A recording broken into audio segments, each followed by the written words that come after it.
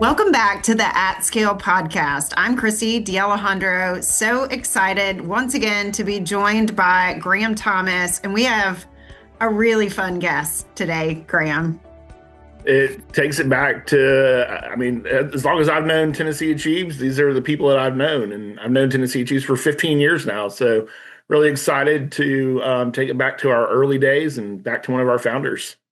I know everyone in Tennessee knows this person, so it will not be a surprise when they hear probably some pieces of the story, specifically as we talk about tnAchieves. As I was thinking this morning in the shower about the introduction, I could be real sappy about the Randy Boyd, but I will choose not to be sappy and just say I'm really excited that our boss is joining us today.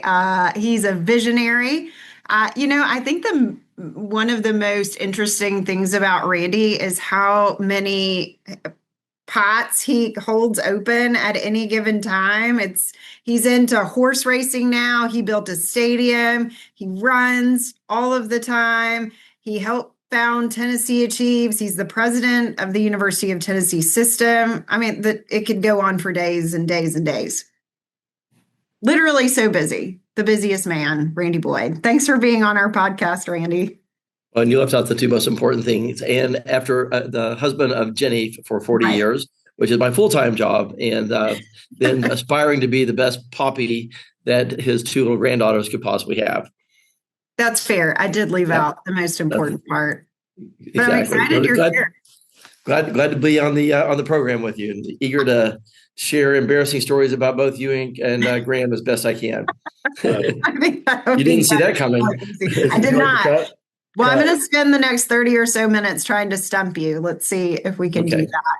So, I think the easiest question to ask, but also will help ground the rest of the conversation. So when I met you, you were the CEO and founder of Radio Systems and quickly jumped into this space. We've been in partnership now almost 20 years. Why did you say yes to the knoxAchieves? Why did it mean something to you even then? Because there was really no connectivity to education other than you being the first person in your family to go to college and being drawn by that, I'm guessing. Well, so first off, I am the first one in my family's history to go to college, and education in general has always been very important to me. And also to maybe take it back too far, but to the most elemental roots, being a Boy Scout, we taught the code of the outdoors, leave every trail better than you found it. I taught that to the boys for 17 years as a scoutmaster. And part of that ethos was I would share, this is not just about literally leaving every trail better than you found it. We actually tried to do that, but it's about leaving the world a better place than you found it everywhere you go. And if you want to leave the world a better place, in my opinion, education is the inflection point of everything. If you really want to make a difference, you need to focus on areas in which you can make the biggest difference. And in my opinion, everything starts with education. And so I've always been philanthropic around education, had multiple other things that I was supporting around education prior to meeting Mike Ragsdale and you back in 2017. No, 2007. Not 17. Yeah, even longer still. Even longer than that. But so I guess, when I met with Mike, I remember and you've heard the story before, I met with Mike on my back porch that summer of 2007. And he shared with me his vision. I was somebody that was already primed to be responsive, as so many other people were when we shared the vision to them, and they ended up investing. But I know, it was something that I always wanted to help other people be able to go to college, and I wanted to make sure that we were focusing our resources around education in whichever way we can. Should I tell the story about Mike and I and how we started? Tell the story. Or do you want to ask that another question? I think so. Okay. Oh, and I'll try to be brief so we don't spend the whole time on this one thing. But our meeting was very serendipitous, as most things in life, the best things in life are. Neither of us were expecting to go where we went, but we ended up in an amazing place. So I, at the time, being the president of a pet company, was trying to make Knoxville the most pet-friendly city in America. That's a whole nother story for another podcast, but there was a need for that. And I had a whole range of initiatives to help make Knoxville a more pet-friendly city, one of which was creating dog parks. So I had Mike come over, he's on my back porch, and I share with him everything we needed to do to make Knoxville a more pet-friendly city, and how we would partner to create more dog parks in Knoxville. And by the way, just a side note, because we forget, but a couple of years ago, we were ranked the most pet-friendly city in the Southeast, and we have more dog parks per capita than any other city in America. So we made a lot of progress. So, another parallel along with the knoxAchieves. In return for helping me with my dream, Mike shared the idea that you and he had been hatching about knoxAchieves. This idea that everybody in Knox County would be able to have the opportunity to go to technical college or community college free of charge. And I immediately loved the idea. As we talked about it that day, we were wanting to address young people that were missing three things. One, they didn't have the academic or the athletic ability to get a free ride to school, so they're going to have to pay. Number two, their families didn't have the money to pay. And three, probably most importantly, and what we've discovered over the years, they didn't have a mentor, a role model in their life that could encourage them and help them figure out how to make it there. So that's the idea of creating the knoxAchieves on that day. And I think, as I've said before, I'll take credit for one thing, back to Boy Scouts. I think the idea of trying to get a last dollar scholarship was already in the works. I think having the idea of a mentor, which was something that had been talked about. But for me, it felt like if the community is going to give this to the students, they should give something back to the community. It shouldn't be a complete free ride. And so we said, in return for this investment in them, they would give 1 day's worth of community service back each semester. And since the beginning of the program, kind of fast forward, but I think now we've surpassed over 5 million community service hours across 5.7 million. So we'll be close to 6 million, which is incredible. If you just look back and said, what's the most impactful service program in the state over the last 2 decades, it would be tnAchieves. So it's been an incredible benefit to our state beyond the educational benefits that we had. But as you know, that first year we decided to hit the ground rolling. So we had the breakfast in July.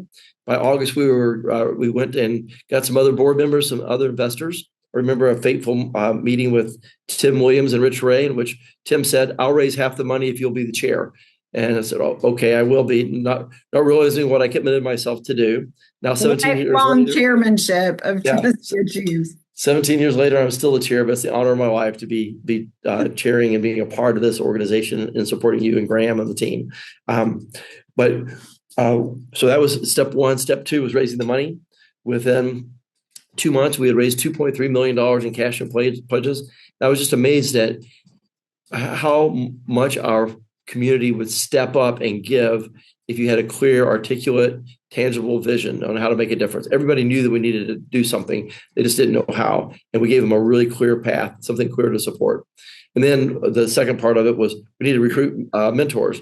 And we were able to recruit, I think, over 160 mentors in less than 90 days. So we recruited all the mentors that we needed. Then we went out and started recruiting students. I think we recruited about over 480 or something, but ended up actually enrolling a little over 300. The next year, we're over 500. The next year, over 800, and we're off to the races. But it all started with an idea and a trade for support for community college initiative for dog parks, and turned out both projects became successful. So, Randy, when you think about, like, you had this idea, and I told my parents, I promised them I would stop telling the story. So when they listen to this, I'll apologize now. But I was working for two of our board members when this opportunity came to me, and I called home and I said, I want to go work for this. I want to take a pay cut and go work for a small nonprofit. And they said, we're coming out of a recession. The mortgage industry, I was working for Tim's mortgage company. The mortgage industry is getting better. Are people supporting small nonprofits that no one's ever heard of? And I looked and I said, well, it's Mayor Ragsdale and it's Mayor Haslam. And I knew Tim and Rich. And honestly, you were the board member I didn't know. And obviously I didn't know Chrissy. But why did this idea work?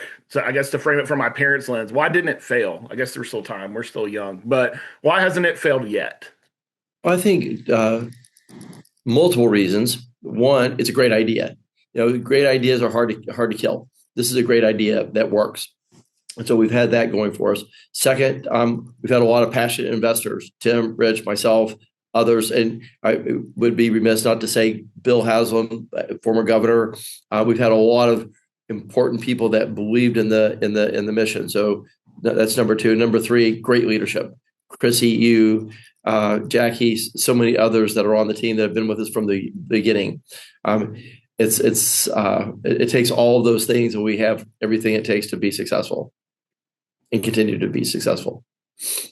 Yeah, I think it's also the data lens through which we started this. I mean, it was a great idea and we cared deeply about the mission. I mean, obviously, my story intertwines so much with how we operate at tnAchieves, but we also from the very beginning, and this was a lot of Tim Williams, we're insistent on paying attention to when we were doing well, but also paying attention to where we weren't doing well and creating new programs or strategies or just doing away with that. And I think that's been a really important piece of our story is just how data driven we are.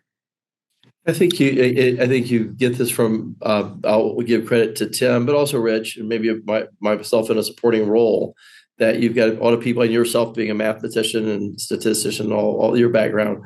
But I think business people want to measure everything, and you can't manage what you can't measure. And so we've always been very metric driven. I think that's very different than, I'll say, the majority of nonprofits. As Chrissy knows, we have a foundation that Chrissy's a director of, and in the foundation, we have a lot of nonprofits come to us, and there are so many people that have a heart for so many causes, and there's so many causes that need being addressed, but they don't come at their passion with any business experience, and so they don't have a business plan. They don't know exactly how they're going to what they're going to try to accomplish and how they're going to measure their progress toward it. So I think that's something that differentiates tnAchieves from most nonprofits that I see, that it's got a mission, but it also has a very clear metric driven plan to help accomplish the mission. Well, it definitely played a role. I mean, there was a minute where Graham and Jackie and I spent some time at radio systems, and I think honestly, coming from county government and then leaving to do the nonprofit work, I don't think I'd ever heard of a KPI before. And that's all that was talked about at radio systems, right? And so that business-like infusion, I think, was incredibly important. I would love if you would talk about when we moved from knoxAchieves to tnAchieves, because people often think we just went from knoxAchieves to Tennessee Promise, but there was a pretty significant step in 2011 when we made the trek over to Shelby County, and the work started both in rural communities, but also in places like Memphis. You want to tell that story? I think tnAchieves was an overnight success that took 10 years. I think so. We start off in 2007 with this one idea in Knox County.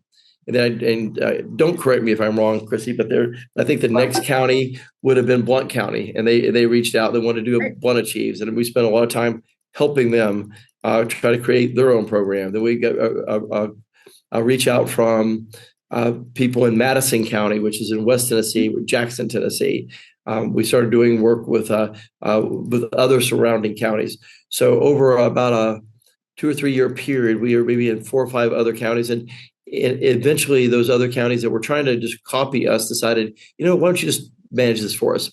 And so what started off as just sharing best practices with our neighbors turned out to be a broader statewide program, which we're in multiple counties. I think that was about the time that we decided, well, we can't be knoxAchieves if we're in more than Knox County. So that we switched over to tnAchieves. Then we had the visit with Governor Haslam, who says, this is a really good idea. I'm going to, in my inauguration, have they always have a dance or some kind of event. So at the party, the money was going to go to tnAchieves that they raised. I completely forgot about that concert. Yes. Oh, exactly. So we had a concert, and one of the counties that he picked was Lake County. So now we're on the very far side of the state. So now we literally are statewide. But we've been doing step by step, county by county, and until the governor asked us to start really taking this statewide. And the first big county that we went to was Shelby County. And I always talk about my two favorite breakfasts. The first one was with Mike Ragsdale on my back porch when we had the original idea. And the second one was in Memphis. And we had the good fortune of meeting a gentleman named Pitt Hyde a few weeks prior to the event and talked to Pitt about the program. Pitt, like so many others, immediately became passionate about the idea, embraced it, and wanted to champion it, and pledged $100,000 to the county. I guess a personal privilege. I'll just say and confess for those listening, because I did cheat a little bit. I went to Shelby County and I told Pitt, "Look, I'm not from Shelby County, but I believe in this program, and I believe in Shelby County and in Memphis, and so I'm going to commit $100,000 a year for 3 years if you'll match me." And so he did. So that helped. And then we did that same thing again 2 weeks later at my second favorite breakfast. Governor Haslam Pitt Hyde invites everyone in the area to come. Bill Haslam is on the plane with me and you, and we fly to Memphis. Is that the one that Jim Clayton flew us on? Was that a different one? Yeah, no, that was the Jim Clayton. That was the one that was really bumpy, and I was worried that if I died, no one would mention me. All these famous people in Tennessee, important people died, and then there was the second plane crashes. Bill Haslam dies, and others. We just maybe and others. Some unidentified girl was also on the plane. And we love Jim Clayton, and he was one of the first supporters of knoxAchieves. Yeah. But it was a very scary plane ride. He was very kind enough to fly us there. We go into the room, and Bill Haslam says some words. I say some words. Mayor Wharton says some words, some very passionate words. And then there was the time for the call to action. And then we asked, so this wasn't just a breakfast and for your information. This was like, we're here to make a commitment. And someone who normally doesn't stand up in a room like that is Pitt Hyde, but he was the very first one to stand up. He says, "I believe in this program, and I'm going to commit $100,000 to the program." Then a couple others matched him, and then banks and others, I think, were a little intimidated and ashamed not to do the same thing. Before it was over with, we had about almost $2 million in pledges at that breakfast. So it was another huge win. It got Shelby County off to the races. We worked on Davidson County, if you remember, with our mayor there for probably 3 years, and finally he also committed. We had another big event there. So after like 2013, we're in 23 counties, serving about 50%. About 50% of the population of the state, all from private dollars. But as we know. Actually, let me get that right. I think we were at 27 counties. I know that right. It was 27. And a lot of the little counties you funded. You were an angel donor for a lot of the small counties in the early days, like Hancock County and Fentress County. Do you remember all that? I forgot about me being the one to cover them, but I guess I do now. But that was the problem. So for some, you could say we've been at this for 6 years. Half the state of Tennessee is going to college free of tuition and fees. We're in 27 counties statewide, end to end. But the two ways in which we were failing: one, we have 95 counties. That means 68 of the 95 counties were not in the program, and they were they were the counties in which I couldn't find a donor to step up. And the second problem was, as we raised money, you heard me say multiple times, asking people to donate for 3 years. The idea was, we did make sure that we had the money to guarantee a student for their first year, their second year, and their remedial classes that almost all of them needed to have. Roughly 80% of the students had to have either remedial English or math or both. So you really needed 2.5 years worth of coverage. So we asked people to pledge for 3 years. The problem with that is you're going to seniors in high school and saying, "Great news, you get to go to college." And they wouldn't literally say this, but it always felt like they were looking at you and thinking, "Gosh, I can go to college. If I knew I could go to college, I would have actually prepared myself, but I never expected to be able to go."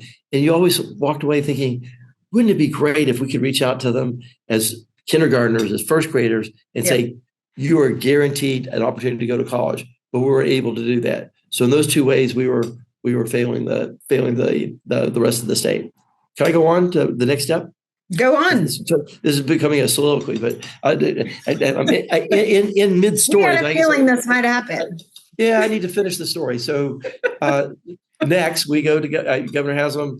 Asked me to be a special advisor on higher education. It's amazing the number of jobs you can get when you work for free. In that, we created something called the Drive to 55 in 2013 to get our state from 32% to 55% post-secondary attainment. 5 strategies, one of which was to get more students into college. And the best way to do that was to expand what we call Tennessee Achieves into something new and something that would cover all the counties. And there's a long story on how we evolved and iterated a program through 2013, but I'll just get to the punchline. And the first Monday in February of 2014, the governor stood at the State of the State address, and he gave his 45-minute, hour-long presentation. I'm in the audience right below the podium. All the legislators off to my left, all 130-something of them. And then to close, the governor says, and now I'd like to introduce to you a new program that we're going to call the Tennessee Promise. And the Tennessee Promise will allow every student in the state of Tennessee to go to technical college and community college free of charge forever, and it won't cost the taxpayers a penny.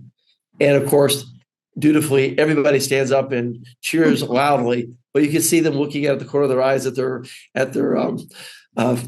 colleagues, like, okay, how are we going to do this exactly? And then we got to unveil that a bit later. That's a whole other story that we won't go into, but that's how we got to be statewide. By 2015, we're taking the first cohorts, and it's really ramped up since then. But again, a huge success that people look at as being an overnight success, but it took a lot of work and grinding to get there.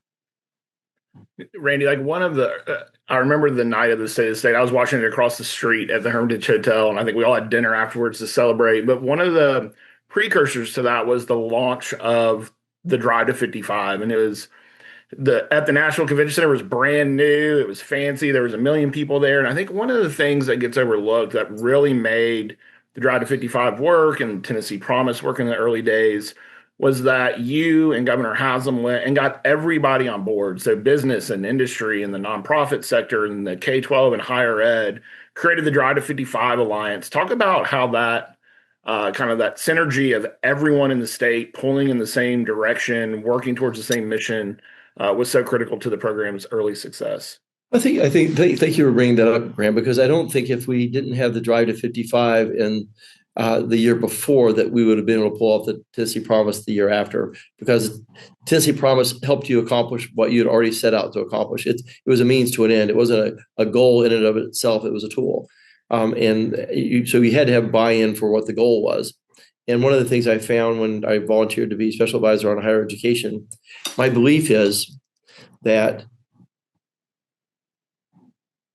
good ideas move you further and faster towards your goal. If you don't have a goal, you can just go in any direction and do anything. My first 2 months on the job, I went all across the state asking hundreds of people, what should we do in higher education? There was hundreds. I actually made a spreadsheet. They had over 300 ideas categorized in all these different ways. Everybody had ideas on things to do. But if you don't know where you're going, which ideas do you prioritize? So you had to figure out where you're going. And it's a longer story, which I'll not bore you with. But in a process, we realized that by the year 2025, we had to have 55% of our population with some type of post-secondary certificate or degree if we're going to meet the workforce needs of our state. At the time, we're at 32%. And that seemed like an imperative. Well, if we have to be at 55%, any percentage that we're short of that, we're failing the citizens of the state of Tennessee. So to be economically viable, we have to get there. And it was a workforce development goal, which sometimes in state politics, workforce development appeals more to policymakers than just education for esoteric reasons. We need this to move our economy forward. And so people bought in. I guess the precursor to the 2014 State of the State was the 2013 State of the State, in which the governor announced the Drive to 55. And that also got cheers as well. But we announced that, and then we had to figure out how we're going to get there. And so it wasn't Tennessee Promise alone, but there were a whole series of other initiatives too. There was Reconnect, there was enhanced dual enrollment programs. There were lots of other things that we did to help us to get to the drive to 55. But the Tennessee Promise is a key part of it. And you've taken this concept of affordability and supports for students, which I really do think is the magic equation to get students where they need to be, but into your role as president of UT. You want to talk about the evolution of the program as you launched UT Promise? That was, gosh, now 7 years ago? Almost right? 7 years. We launched it in March of 2019, so a little over 6 years ago. Yeah, so not to seem like a one-trick pony, but you get to UT and we want to increase more access and engagement at UT. We want to make sure more students can afford to come to the University of Tennessee, and we want to make sure that when they get here, they're successful. And we want to reach out to more first-generation students. If you're reaching out to more lower-income students, most likely you're going to be reaching out to more first-gen students, and they're going to need more supports. So how could we do that at UT? Well, we already have the model. Just look at what we're doing at Tennessee Promise. Let's find a way to leverage the Tennessee Promise model at the University of Tennessee. And so I was full-time in the job and the only president sitting in the room on November 26, 2018. By March of 2019, 4 months in, we were able to announce what we call the UT Promise, which at that time said, if you had a family income of under $50,000, you could come to any one of the university campuses free of tuition and fees, which is roughly about 50% of our population. And you'd be matched with a mentor, somebody from the University of Tennessee. My tagline, by the way, and my UT signature says UT president and a UT Promise mentor. But so we promote the mentorship, and it's been very, very successful. And it turns out, as we find it, most last dollar scholarships do, that it doesn't cost nearly as much as people think. Turned out we could afford to do more. So we enhanced it twice, first to $60,000 and now to $75,000. So now you have a family income of under $75,000, which turns out to be over 66% of the entire population of the state, 2/3 of the population. You can come to any one of our campuses free of tuition and fees. They have to earn the right to come in academically, but if you do your part academically, money shouldn't be an issue. The great news is that last year, 47% of all the students that graduated from the University of Tennessee system-wide, 47% of them graduated with zero debt. And with the UT Promise, we're expecting that to continue to increase. One of our goals is not just to provide a great quality education, but make it affordable and make sure that our students leave here without a mountain of debt to burden them down. So we talked a lot about what's got us to this point and all the great things that we're doing now. I know that you like to lead. Tennessee was the first in the country to have this initiative to try this free college experiment. So what do we do to continue to lead, to make sure that Tennessee achieves, UT, that our state as a whole is leading in this college access and success space? I think as with everything that you and Chrissy have done, but I'm trying to do is always just keep the students in the center of all of our initiatives and be the reason why we do the work. And what do the students need most? We need to improve retention. We need to improve graduation rates. We're pretty good. We still could be better, but pretty good at getting students to get the FAFSA and register and go to college.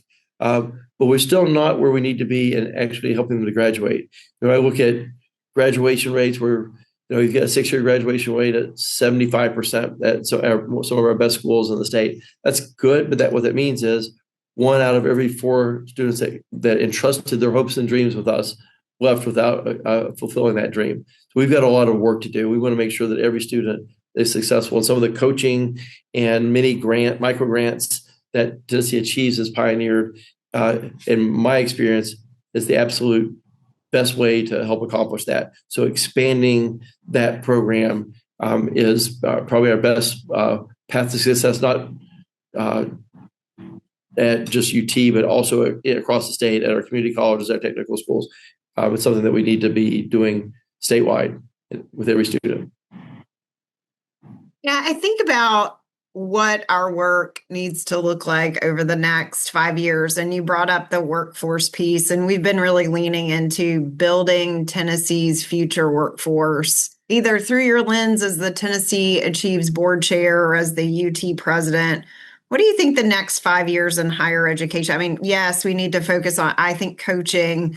Certainly, I think better advising, just more individualized supports for students. But with the in light of where we're headed in the workforce, anything that you think should be top of mind for those of us working in this space? Well, I'd say what we are focusing on at UT is being more nimble and more innovative. Here's the problem. The things that the jobs that we have today that we're training for today won't be the jobs we have 5 years from now. And so we've got to be able to, one, train and teach our students skills that are adaptable, like mastering AI and mastering tools that they're going to need that'll be applicable in a lot of different areas. Also, being able to be great critical thinkers, be able to be good project managers. It doesn't matter what the future looks like. Somebody's going to have to manage projects. Somebody's going to have to be able to think critically. They're going to have to use certain key tools. So we've got to make sure that we're providing those basic skills. They're going to need conflict resolution, negotiation skills. All those key things will transcend whatever the work looks like. But then the other part is that we've got to, as institutions, we've got to be more nimble in how we provide education.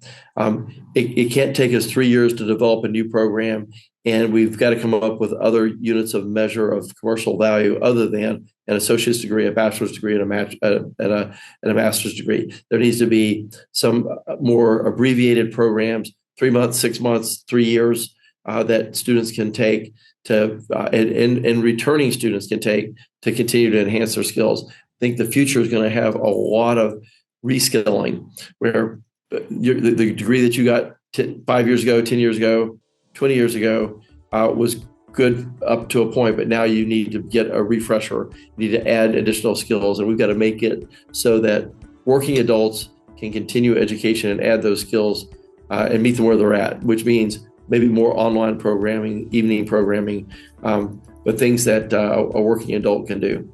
I think the future is more about daycare than fraternities and football games.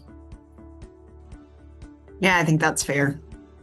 Well, I want to say thank you for joining us. I think about the fact that it won't be too long from now that we'll have 1 million students served at Tennessee Achieves. So I know that those 1 million students wouldn't have existed without you. That might be the understatement of the year that you contributed, because you've been so foundational to everything we've done here. And I think about the literally millions of lives that have been changed because you existed and you jump in with both feet and you're big and bold. And I'm incredibly grateful for your leadership. I'm not getting choked up.